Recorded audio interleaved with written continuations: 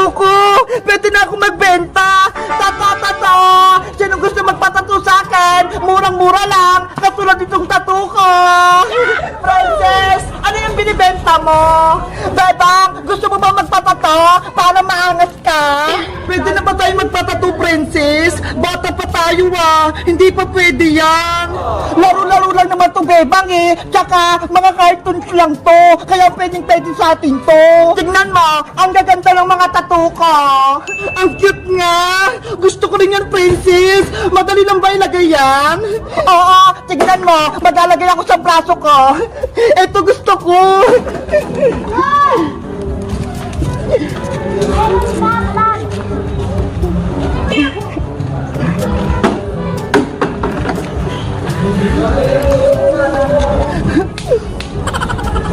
Tapos, maglalagay ng tubig sa may papel.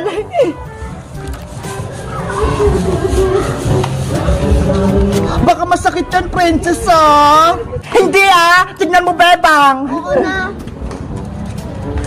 Charan! Nakadikit na! Ay, ang bilis naman! Kaya bumili ka na ng tattoo, Bebang, para pares tayo! Magkano ba isa yan, Princess? Kahit alin dyan, 5 pesos lang isa, murang-mura, di ba? Mura lang pala Sige, bibili ako ng 2. Mamili ka na ng tattoo mo, Bebang, kahit ano dyan. Alin kaya maganda rito? Ay, ito! Kamukha ni Big Bird! Tapos itong pusa! Para may kasama siya! Ang ganda ng napilo mo, Bebang! Eto, bayad ko, Princess! Tapos, ikabit mo na rin tong tattoo ko! So, mo gustong ilagay ang tattoo mo, Bebang? Dito na lang sa kamay ko! Magkatabi sila! Okay! Ako na bahala! Akin na yung kamay mo! Ayusin mo, Princess, Saglit lang to! Ididikit ko lang! Tapos lalagyan ko ng tubig!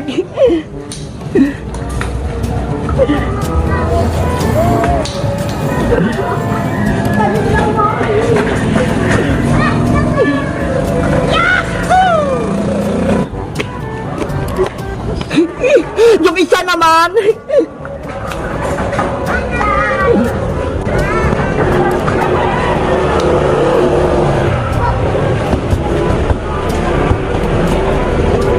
Sana maganda yung kalalabasan.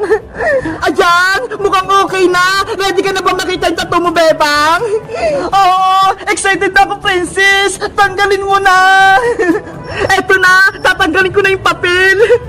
1, 2, 3, charan! Oh, ang cute-cute! Sabi ko sa'yo, Bebang, maganda yung mata to Paras na tayo, maangas. May tattoo na ka. Ang ganda-ganda. Bebang, ano ginagawa mo dyan? Naku, si nanay. Aling si Tang, si Bebang pa, nagpalagay ng tattoo sa kamay. Ano? May tattoo ka, Bebang? Opo, Nay. Ito po. Ano naman yung naisip mong kalokohan? Sino nagsabi sa'yong maglagay ka ng tattoo? Laro-laro lang naman po ito, Nay Hindi po ito totoo. Peke lang. Kahit na, tanggalin mo yan. Kung hindi, malilintikan ka sa akin. Nako, sayang naman yung tattoo mo, Bebang. Ang ganda-ganda pa naman. Tapos tatanggalin lang. Kaya nga ayokong tanggalin to, Princess. Ano, tatanggalin mo ba yan o hindi? Opo, Nay, tatanggalin ko na. Yari, ayaw matanggal. Princess, paano mababura tong tattoo? Hindi ko rin alam, Bebang Hindi ko pa nasusubukan tanggalin to. Malalagot ako nito kay nanay. Bilis! Tanggalin mo na yan, Bebang! Guys, galit na si nanay dahil may peking tattoo ako. Sa tingin nyo, guys, paano tanggalin tong peking tattoo? Mag-comment lang kayo. Bye-bye! May ribbon ako, galing sa school, binigay ni teacher. Ang galing-galing ko talaga. Hala, si Princess, may ribbon, pero isa lang. Oo nga isa lang yung nakuha niya. Hay, Bebang Iska, bakit niyo ako tinatawanan? Siguro wala kayong ribbon, Anong wala? Meron kaya, Princess? Ito, Hala, ang dami naman yan, Bebang. Eto rin sa akin, Princess. Nakasabit, 4 lahat. Wow! Ang dami mo ting ribbon, Iska! Marami akong awards kasi ginalingan ko sa school. Si teacher nga binigyan pa ako ng medal tsaka certificate kasi high honor ako. Ako din, may certificate with high honor. Ay, nakakaingit naman kayo. Ang dami niyong nakuwang ribbon, pati certificate. Ako isa lang. Panigurado matutuwa sa akin si nanay. Marami akong ribbon, tapos may medal pa. Bebang, pwede ko bang makita yung ribbon mo, tsaka medal mo? Titignan ko lang. Okay, wait lang, tatanggalin ka. May naisip ako. Eto, Princess, oh. Wow! Ang dami!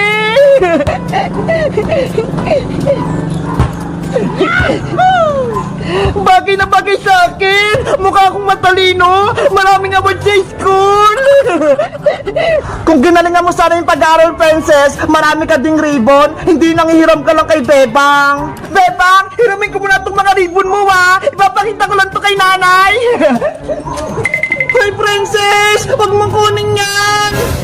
Ibabalik ko rin sa ito, Bebang. Oh no! Naku! Ano kayang gagawin ng princess sa mga ribbon mo, Bebang? Ewan ko! Tara! Sundan natin si Princess Iska! Princess! A few moments later. Nay! Nay! Ay, si Princess ko! Pauwi na! Galing sa recognition day sa school! Nay! Nay! Tignan niyo po! Marami ko nakuha ribbon sa school! Wow! Ang dami naman yan, Princess! Siyempre po, nag-aral ako mabuti eh! Ang galing talaga ng anak ko! Manang-mana sa akin! Sobrang matalino! Si Bebang po, Nay! Walang nakuhang award sa school! Pati sa Iska! Ako lang may nakuhang medal tsaka ribbon! Pati itong certificate! Grabe! Totoo ba yan, Princess? Natalo mo si Bebang pati sa Iska? Opo! Ako yung pinakamagaling sa school namin! Sabi na nga ba, nag-aaral ng mabuti yung anak kong si Princess, hindi nasasayang ang mga baon kong binibigay. Ang saya-saya ni nanay. Ano gusto mong ulam, Princess, mamaya? Ipagluluto kita. Bilay niyo po ako na ng Jollibee, yung Chicken Joy, favorite ko yun eh. Yun lang ba yung gusto mo? Magsabi ka pa, bibigyan kita ng gantimpala. Gusto ko po ng maraming pera, Nay. 1 million pesos. Wala akong 1 million pesos, Princess. Pero may 1,000 ako. Ito na lang ibibigay ko sa'yo. Talaga po, Nay. Dahil marami kang ribbon at medal, bibigyan kita ng 1,000 pesos. O, ito ho. Wow! Ang laking pera. Marami na akong mabibiling chichirya. Deserve mo yan, Princess. Dahil nag-aaral ka ng mabuti. Thank you po, Nay. Princess, nasa na yung mga ribbon ko? Pati medal.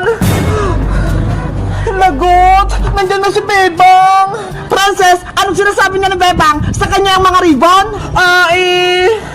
Yari, si Princess, mukhang nagsinungaling kay Aling Tiri.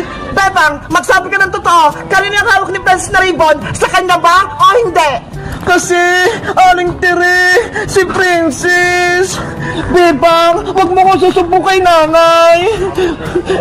Huwag kang magsinungaling sa akin, Bebang. Guys, sa tingin nyo, sasabihin ko ba kay Aling Tiri yung totoo na walang ribbon si Princess? Mag-comment lang kayo kung gusto nyo ng part 2. Bye-bye!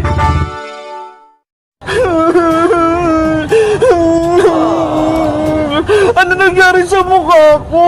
Ang pangit-pangit ko na! Paano ba ito matatanggal? Bebang! Tara na sa school! Papasok na tayo! Iska! Hoy! Maligno ka! Anong ginagawa mo dyan? Nasa si Bebang! Hindi ako maligno, Iska! Ako talaga si Bebang! Tignan mo! Bebang! Ano nangyari sa itsura mo? Bakit nag-iba? Kasi natulog ako kahapon dito sa tent.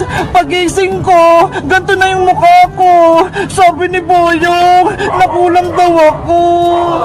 Paano na yan? May pasok pa tayo sa school. Malilate na tayo.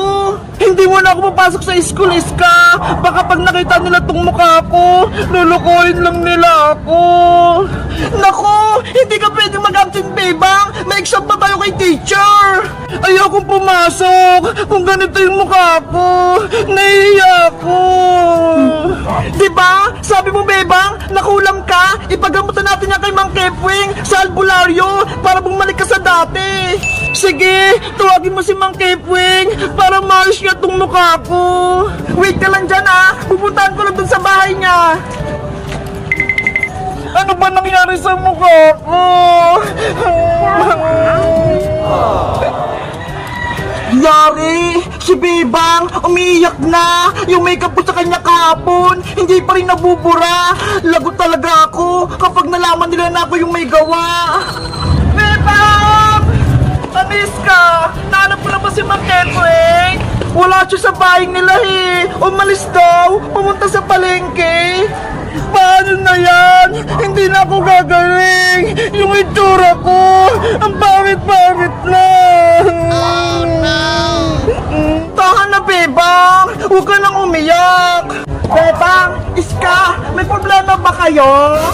Princess! Si Bebang! Kinulam siya! Kaya siya pumangit!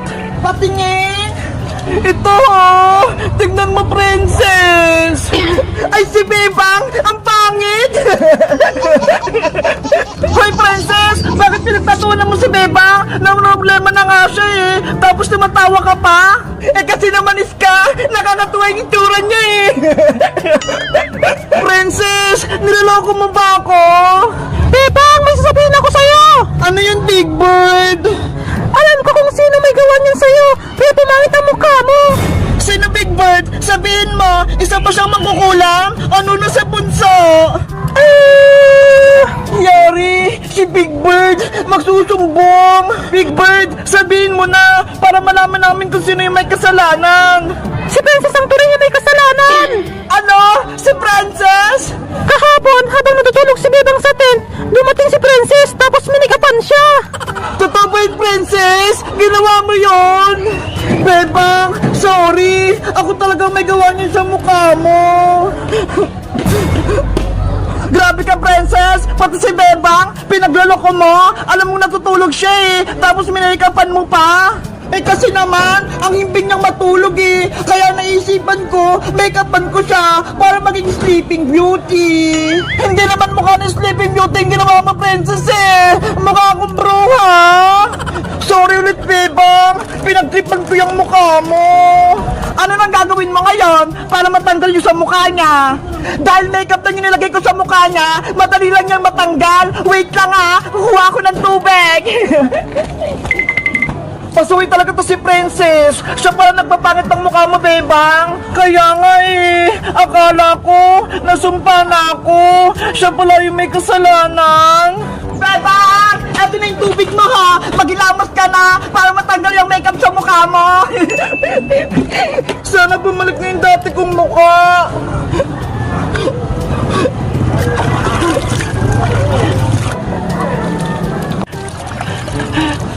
Ano, Princess? Iska? Wala na ba? Wow! Bumalik ka na sa dating itsura mo, Bebang! Ang ganda mo na ulit! Talaga, Iska? Sabi ko sa'yo, mabilis lang niya matanggal, Bebang eh! Ikaw, Princess, may kasalanan ka sa akin! Ikaw naman yung mamake-upan ko! Iska, peram ko ng pentel pen mo! Eto, Bebang! Lagot ka ngayon, Princess! Dadrawingan ka ang mukha mo! Bebang! Ayoko! Oh no! Hi, Princess! Bumalik ka dito!